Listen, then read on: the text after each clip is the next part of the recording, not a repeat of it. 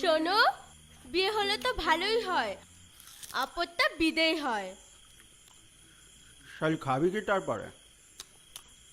বিয়ে হয়ে গেলে পয়সাটা আসবে কোত্থেকে? হ্যাঁ, চারবাড়ি কাজ করে দুটো পয়সা আনে।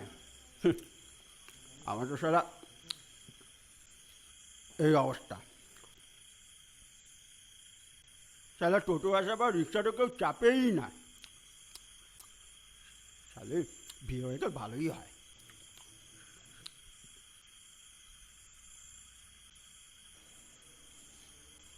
হ্যাঁ গো, শুনছো? প্রমিত নাকি মৌরিকে বিয়ে করছে শুনলাম। বলো কি? হ্যাঁ গো। তাহলে আবার একটা নতুন কাজের মেয়ে আমাকে খুঁজতে হবে। ওফ, কোথায় পাই?